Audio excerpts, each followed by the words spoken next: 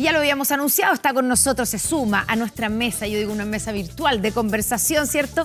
El presidente de la Cámara de Diputados, Ricardo Cifuentes. Diputado, bienvenido, presidente, bienvenido a Estado Nacional. Muy buenas noches y muchas gracias. Estoy feliz de estar en mi casa además porque yo trabajé en Televisión Nacional en los momentos duros cuando estuvimos a punto de cerrar. Exactamente. Estuve 2 años en el directorio, nos la pasamos mal, hubo que hacer una reestructuración muy grande, en fin, pero hoy día la veo rejuvenecida y me da mucha alegría. Bueno, qué bueno que esté de vuelta, convertido, digamos, y con otro sombrero, que sí, claro. Probablemente es más difícil todavía, o por lo menos lleva... En las formas, digamos, es complejo. Claro, quiero preguntarle en estos primeros días, porque ya el segundo día, ¿cierto? En la segunda sesión que le tocó encabezar ahí en la Cámara de Diputados, hubo problemas, tuvo que llamar al orden, hubo todo un ambiente bastante convulsionado. ¿A qué atribuye usted esta especie de crispamiento en el ambiente? Usted ha usado la palabra precisa, creo yo, y es la que yo trato de usar también. Y lo escuchaba delante aquí de los panelistas, que obviamente saben mucho más que yo de estas materias. Chile está viviendo un estado raro, digamos, de crispación, que se refleja mucho en la Cámara de Diputados. La Cámara de Diputados no es más ni menos que el reflejo de la sociedad chilena hoy día. Y es el mejor reflejo, porque es la institución más heterogénea desde todo punto de vista, digamos. Y por tanto, yo no la quiero justificar, no quiero justificar el comportamiento que tienen algunas y algunos diputados, la minoría absoluta, pero claramente es respuesta también a un fenómeno que está viviendo la sociedad chilena hoy día y que tenemos que tratar de arreglar de todas maneras. Ya, pero eso uno puede pensar que eso viene ya hace un tiempo, ¿cierto? Esa polarización o esa crispación que se refleja, que está en la sociedad y que se refleja también en la Cámara de Diputados. Pero también uno podría pensar, y quiero preguntárselo, si hay algo, por ejemplo, o efecto de que estamos a puertas de la conmemoración de los 50 años del golpe militar, y eso de alguna manera también ha crispado aún más los ánimos al interior de la Cámara Baja. Y lo va a seguir crispando, desgraciadamente. Yo soy, y lo he manifestado en otras partes también, creo que cada día que pasa y nos aproximamos más al 11 de septiembre, esto va a tender a aumentar. Es lo que uno ve. De hecho, el problema del día martes o miércoles fue generado a partir de una interpretación que se hace respecto de el rol, digamos, y los efectos que tiene el golpe de Estado. Entonces, eso es así, está, digamos, en el ambiente. A mí me preguntan mucho qué vamos a hacer para el 11. Fíjate que en la historia de los 49 años nunca se ha hecho una acción en el Parlamento. Y es una cosa bien rara porque el 11 de septiembre del año 73, entre otras cosas, se prohibió el funcionamiento del propio Congreso. O sea, desde ese punto de vista... afectado. Es una institución directamente afectada. Entonces, el hecho de que no haya habido nada también es decidor respecto de que es muy difícil interpretar el hecho histórico. Yo distingo 2 cosas respecto del golpe que me parece que son fundamentales. Una es que hay un cierto consenso respecto del valor de los derechos humanos y de, mayoritariamente, por decirlo de alguna manera, de cuestionar el instrumento golpe de Estado para la solución de los problemas de la democracia. Pero, sin embargo, hay otro elemento o hay otra forma de ver esto, que es el fenómeno histórico, el hito histórico. ¿Quiénes son los responsables? ¿Por qué se dio el golpe? ¿Quiénes estuvieron directamente involucrados y quiénes no? En fin, ¿y usted cree que son todos temas de interpretación pero usted histórica. ¿Cree que hay que separar?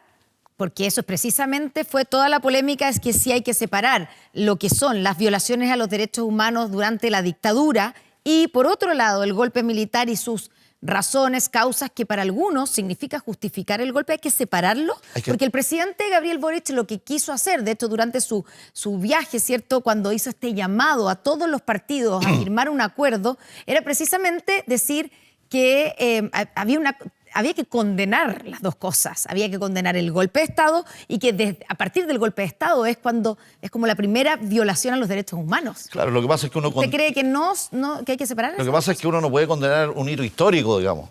Lo puede juzgar, lo puede valorar, lo puede representar, subrepresentar, hacer lo que quiera. ¿Se puede justificar? No. Lo que no se puede justificar son estos elementos que yo señalo. Usar un mecanismo de fuerza para resolver un problema de la democracia y además violar sistemáticamente los derechos humanos. Eso no se puede justificar en absoluto. Pero yo difícilmente puedo llegar a un acuerdo con otro, digamos, que tuvo una vivencia personal respecto del golpe muy distinta a la mía. Yo tenía 10 años para el golpe y hay personas que probablemente sean familiares de militares que tienen una apreciación distinta, obviamente, de ese fenómeno. Si nosotros entramos en ese campo, difícilmente nos vamos a poner de acuerdo. Sí, yo creo que se está metiendo en un pequeño embrollo con la vicepresidenta de la Cámara, porque de alguna manera la discusión que se ha articulado en el oficialismo es esta de si es posible separar las causas que llevaron al golpe de Estado del golpe de Estado mismo. Y yo tengo la impresión de que lo que buscaba el gobierno, el presidente, era intentar no separar ambas cosas. Y ahí está la discusión también de la literatura que ha recomendado el presidente, claro, etcétera, porque de alguna manera las causas previas al golpe no tendrían ninguna justificación para dar un golpe. Es decir, la vulneración de la democracia nunca debió haberse producido, al menos eso es la interpretación oficial del gobierno que quería empujar. Y yo creo que eso es una interpretación oficial, como bien. Una interpretación oficial eso, y es lo que el gobierno quería empujar. Y por eso sí, claro, yo quería preguntarle... Y por eso que se apresuró y cometió errores. Bueno, por el propio presidente, al intentar esta, digamos... Perfecto. ¿Fue un error el llamado en la forma, absolutamente. A hacer un acuerdo de todos los partidos? Pero lo hace fuera de Chile, lo hace sin conversar con los actores más fundamentales del proceso y lo tira así de sopetón, digamos, en un momento además político muy crispado. Entonces, donde los partidos están tomando posiciones muy drásticas respecto de las propias reformas que impulsa el gobierno, en fin. ¿Usted cree que es un error lo que intenta el presidente, probablemente de la mano de los grupos más de Apruebo Dignidad, de intentar buscar un cierto acuerdo en la sociedad y en el mundo político respecto de que tenemos que tener una única interpretación sobre las causas del golpe? Yo creo que eso es forzar la interpretación histórica. Y cuando uno mira estos procesos en el mundo, digamos, y toma ejemplos tan dolorosos o más que tan dolorosos como este, digamos, se da cuenta de que ni siquiera después de 100 años, digamos, en Estados Unidos se han puesto de acuerdo respecto de la guerra civil. Y hay valoraciones absolutamente distintas. Entonces, forzar una interpretación desde ese punto de vista me parece que es... lo encuentro difícil de lograr, digamos, pero sin embargo, creo que es más fácil asumir la condena irrestricta a la violación de derechos humanos y al mecanismo golpe de Estado para interrumpir la democracia. Creo que ahí podemos avanzar mucho en los próximos años. Entonces, no pidamos todo, vamos avanzando por partes. Estamos a 50 años y pareciera que no hemos avanzado nada, precisamente porque a lo mejor nos hemos equivocado, digamos, y estamos forzando una sola solución. Y le decía a Cristian, le hacía referencia a la vicepresidenta de la Cámara, porque usted está acompañado de Carmen Gier, ¿cierto? Supuesto. Que reaccionó de una manera, con toda la polémica, digamos, de Patricio Fernández y todo eso, ese momento, sí, de manera muy enérgica y dura, criticando y acusándolo de que estaba siendo negacionista, etcétera. ¿Usted ha comentado este tema con la vicepresidenta de la Cámara? No hemos tenido oportunidad porque ella probablemente no va a estar de acuerdo con lo que usted está diciendo. Pero eso es muy probable. Y eso forma parte de las diferencias que hay en Chile y que permiten que no podamos llegar a tener... ¿Cuál sería el ideal para un país como el nuestro? Que el 11 de septiembre o que el 12 o el 10, qué sé yo, hubiese un acto ecuménico absoluto, ¿no es cierto?, en donde todas las personas volviéramos a valorar el tema de los derechos humanos, el tema de la condena al instrumento, en fin, y tuviésemos una cierta convergencia respecto a una interpretación histórica. Eso es lo que quería el presidente. Eso es lo que quería, pero eso no es posible hoy día. Porque mira cómo están, lo que opina cada uno de los actores, digamos, hay una dispersión absoluta. ¿Debiera ser feriado, por ejemplo, que es otra de las discusiones que se ha dado en la Cámara de Diputados? Yo creo que no. ¿Volver a ser feriado? No, yo creo que no. No es necesario, ya pasamos por eso, hubo una discusión enorme cuando se retiró el feriado. No es una fecha para celebrar. Ya, pero es una fecha para conmemorar, digamos. La Cámara de Diputados no va a hacer nada. Yo esta semana voy a tener una conversación con cada una de las bancadas, porque esta no es una responsabilidad solo del presidente de la mesa, pues tiene que ser una cosa consensuada. Y espero yo que podamos hacer algo, no sé qué. Pero ciertamente tenemos que atenuar un poquito la ansiedad, esta polarización que hay, digamos, y sobre todo para una institución tan importante para Chile, que tiene tantas tareas que hacer, además. Sí. Sí, la cuestión jodida aquí es, mira, yo lo dije el lunes cuando asumí, esta legislatura ha aprobado más de 270 proyectos de ley desde el 11 de marzo del año 2020. Y tiene en discusión más de 5.000 proyectos. Entonces hay mucha pega aquí. No se nota, pero los diputados pasan llenos de trabajo en comisiones, atendiendo y escuchando expertos en distintas materias, en fin. Y resulta que nos quedamos, y las chilenas y los chilenos se quedan con esta pequeña imagen torpe, digamos, de gente que reacciona abruptamente frente a cosas que son bien poco significativas desde el punto de vista del impacto político que pueden tener. Diputado, primero felicitarlo por su cargo y yo creo que hay que agradecerle el acto heroico de ser presidente de la Cámara de Diputados y de esta Cámara de Diputados hoy día. Preguntarle,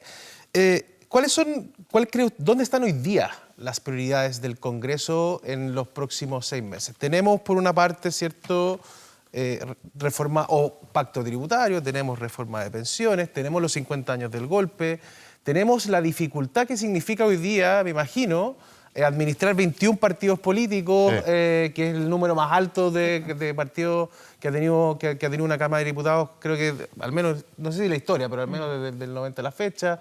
Administrar también a los muchos otros que no son parte de partidos políticos hoy día y que me imagino que negocian cada uno por separado con el gobierno o con alguna bancada particular. ¿Dónde están las prioridades hoy día? O sea, ¿con qué se queda usted contento este año? Además, bueno, se me olvida que tenemos elección en diciembre, digamos. O sea, sí. Si llegamos a diciembre y usted dice, bueno, estoy contento, ¿qué ocurrió, digamos, en estos meses?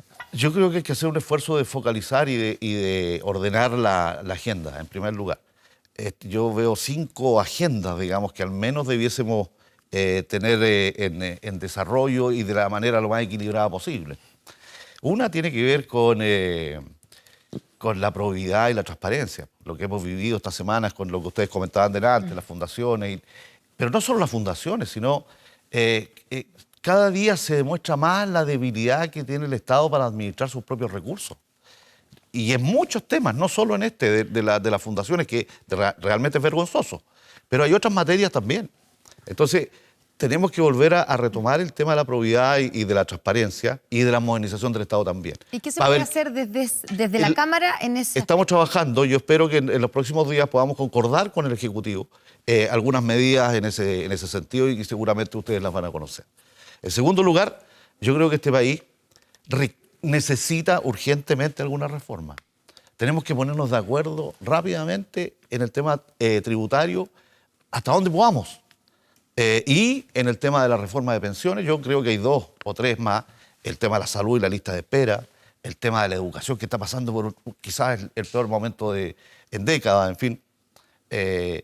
Son todos temas que requieren un nivel de reforma, unos más estructurales y otros menos. En algunos casos será más fácil, en otros más lento, en fin. Y ahí es donde creo yo que nos falta un esfuerzo adicional y creo que el principal responsable ahí es el Ejecutivo. Hay algunas cosas donde uno ve brotes verdes, digamos, al menos del punto de vista del procedimiento. Me gusta mucho la mesa que se instaló respecto de la reforma previsional, a pesar de que haya 2 partidos que ya no estén. Sí, pero resulta que hoy día, la UDI cambió absolutamente y está proponiendo algo. Sí, hizo su propia propuesta, pero se aleja totalmente de la propuesta final del gobierno. Yo digo, si uno valora el diálogo, tiene que primero valorar de que ese partido que estaba cerrado absolutamente, obcecado además con una cierta condición, en fin, hoy día hace una propuesta, aunque sea muy distinta, yo creo que ese hecho hay que felicitarlo porque cambia la actitud. Pero usted dice, es urgente aprobar una reforma tributaria, la de pensiones, la de salud, alguna que es cierto que se apruebe. Es que el tema es que tú no puedes financiar lo que nosotros buscamos en el aumento de la PGU o en el mejoramiento de las pensiones de los actuales pensionados que ganan una miseria, si no tenemos recursos adicionales en algún porcentaje. O sea, sigue siendo la reforma tributaria entonces la llave en gran medida, a menos que se quiera tener una reforma de pensiones que no requiera recursos, que yo encuentro muy raro. Son 2 cosas, ¿verdad? Una es la tributaria para poder financiar una PGU más alta y otra la reforma de pensiones. ¿Cuál ve usted o cuál es para usted el punto donde podría salir humo blanco en pensiones? en la Cámara de Diputados? Porque usted fue elegido con hartos votos, pero esos votos son de harto pirquineo también y no necesariamente esos votos aseguran 83 votos. votos para el oficialismo, ¿verdad? Entonces, ¿cuál cree usted que podría ser un punto el punto del humo blanco en la reforma de pensiones en la Cámara de Diputados para que pueda dar el salto al Senado? Puedo nombrar cuáles son los críticos, digamos, los puntos críticos que pueden, si los resolvemos de alguna manera, pueden ayudar. El 6% desde luego y el objetivo, digamos, si van a capitalización individual, el total como lo propone la UDI o como lo proponen otros. Ya, pero ¿a dónde cree que podemos llegar ahí en ese 6%? Yo creo que ahí podemos llegar a la mitad. Ya. Y uno, si estas cosas van así, digamos, oye, tú quieres 6, yo quiero 1, digamos, o quiero 0 acá, bueno, el camino del medio es el 3. ¿Del 3? Y perfectamente puede ser. Ese podría ser, que es el proyecto, o esa parte por lo menos, que presentó el expresidente Sebastián Piñera hacia el final de su mandato. Sí, claro, y que también se había propuesto en una parte del segundo gobierno de la presidenta Bachelet. Esto tiene una historia larga. Y y respecto a la división de la industria, ¿cree que puede encontrar Ahí algún eco hay el más gobierno? reticencia, a pesar de que yo pensaba originalmente de que ese podía ser uno de los puntos más fáciles de lograr, fíjate. ¿Sabes por qué? Porque en la propuesta lo que se hace es especializar a las actuales AFP en inversoras, digamos, dedicadas, digamos, a sacarle rentabilidad a los fondos. Y esa tiene que ser una labor de privados absolutamente. Entonces, a mí me gusta mucho esa idea de que sean los actuales ¿Llamándose brokers, AFP digamos. también? No, el nombre puede dar lo mismo, ¿no? Es que parece que no da lo mismo. Yo sé, pero es que en algún minuto hay que ceder. Si me dicen que el nombre del problema, yo los dejo con el nombre AFP. El punto es cómo bajamos las comisiones, cómo bajamos el Ahora, costo. pero donde hay un incordio hoy día también no tiene que ver con el salto al problema o al tema de la gestión de las inversiones. Es que entre ese salto, ¿verdad?, y los afiliados habría un organismo estatal único de recaudación, de recolección, fondo, y por lo tanto la relación con los usuarios. Claro, sería de una parte del relación Estado. única digamos. estatal, cuando lo que vemos en todas las encuestas, lo que decía Roberto, es que la gente quiere libertad de elegir. La pregunta en de pensiones en fondo particular. es, ¿cuál es la probabilidad real de que se llegue a un acuerdo en pensiones o en reforma tributaria en un contexto donde estamos viendo, usted lo dijo, un ambiente mucho más crispado, una discusión profunda en torno a los 50 años que es al 11 de septiembre? O sea, de aquí al 11 parece que la Cámara y la política va a estar presionada por el 11. Sí. Después del 11 vamos a entrar en materia constitucional, porque tenemos elecciones en diciembre. Y te agrego un dato más. Y parece que, un segundo, y parece que efectivamente, claro, la propuesta del gobierno, o sea, donde está la batalla probablemente no es necesariamente en el 6%, donde uno dice, ya, parece razonable que puedan llegar a un acuerdo 3-3, Sí. o si alguien ganó, le metió un 4-2, ya. Terminó el partido 4-2, tampoco es tan malo, después ganar otra cosa. Pero donde está el punto de fondo es si es que hay o no libertad de elección para elegir quién quiere crear también Eso los ya lo fondos. resolvió el propio Y eso es el Ejecutivo. 80%. Pero el Ejecutivo ya lo ha señalado en estos días, que ellos no se niegan, digamos, a plantear. Yo tengo un hermano, el Hugo Cifuentes, que siempre lo invitan ustedes aquí, que es uno de los especialistas en Chile en esto, digamos, y se ha dedicado su vida a estudiar esta materia. Y él dice, no, si esto es una cosa que el gobierno puede resolver rápido. Y si ese es el punto donde tenemos el principal problema, bueno, veamos una solución. Hay varias. Alberto Undurraga, que participa en la comisión de parte de la bancada de Democracia Cristiana, ha planteado alternativas y se la ha planteado el propio gobierno. Y Renovación Nacional también ha planteado alternativas a este tema que tú señalas, que es bastante más específico. Pero usted ve espacio para que el gobierno ceda tanto al punto de aceptar que este 62% que le dio votos a republicanos y a Chile Vamos quiera incluso constitucionalizar la libertad de elección, porque si constitucionaliza la libertad de elección en pensiones, el proyecto del gobierno se desarma entero. O sea, es decir, ¿qué tendría el gobierno para ganar, para mostrar en un proyecto que se acercaría bastante más al proyecto de Sebastián Piñera e incluso a la derecha de Sebastián Piñera? Eso tiene un efecto político que ustedes no alcanzaron a tocar seguramente por tiempo delante, yo lo estaba escuchando muy atentamente.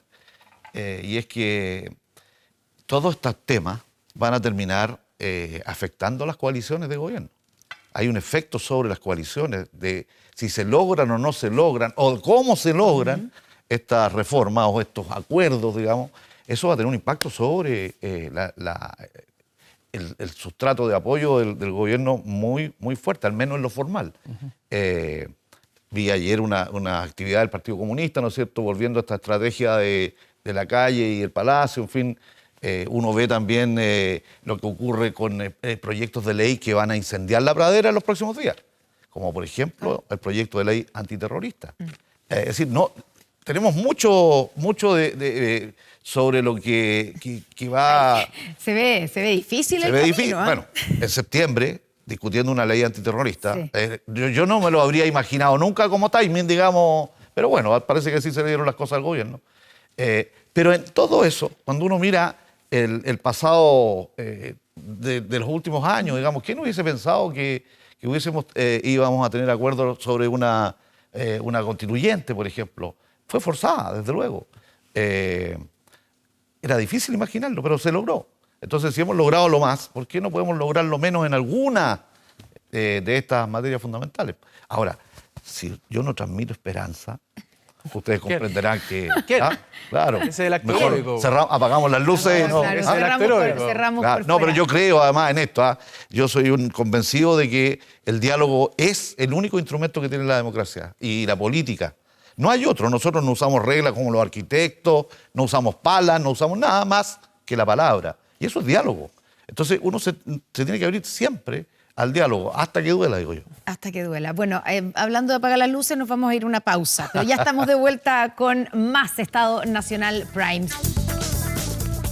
Estamos de vuelta en Estado Nacional Prime. Nos quedan unos segunditos solamente. Le quiero preguntar, usted como cabeza, ¿cierto?, de la Cámara de Diputados, de una de las 12 cámaras del Poder Legislativo, pensando en lo que viene para el 11 de septiembre, usted dijo que se va a juntar ahora a hablar, digamos, a ver qué van a hacer, que algo tienen que hacer.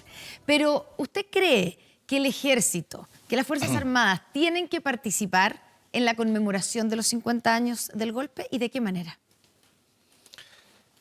Desde luego, en las instituciones del Estado siempre tienen que participar, digamos, de la vida pública, de la vida social, en fin, y la sociedad tiene hitos fundamentales. Ahora, supongo yo que el gobierno va a hacer una convocatoria y los tendrá que convocar, pues si los militares y todos son ¿Pero parte qué de la piensa sociedad usted, chilena. que tienen que participar? Por supuesto. ¿Debieran ser convocados? Sí, claro, Ya. por cierto. ¿Y de A una alguna cosa manera? lo más ecuménica posible, donde se exprese la diversidad nuevamente.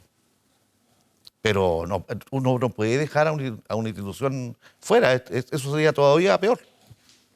Ricardo Cifuentes, presidente de la Cámara de Diputados, muchas gracias por estar Muchas gracias aquí. a ustedes. Mucha suerte Gracias. en este periodo, la va a necesitar. vamos a necesitar. Mucha suerte porque la va a necesitar, Sí, claro. claramente.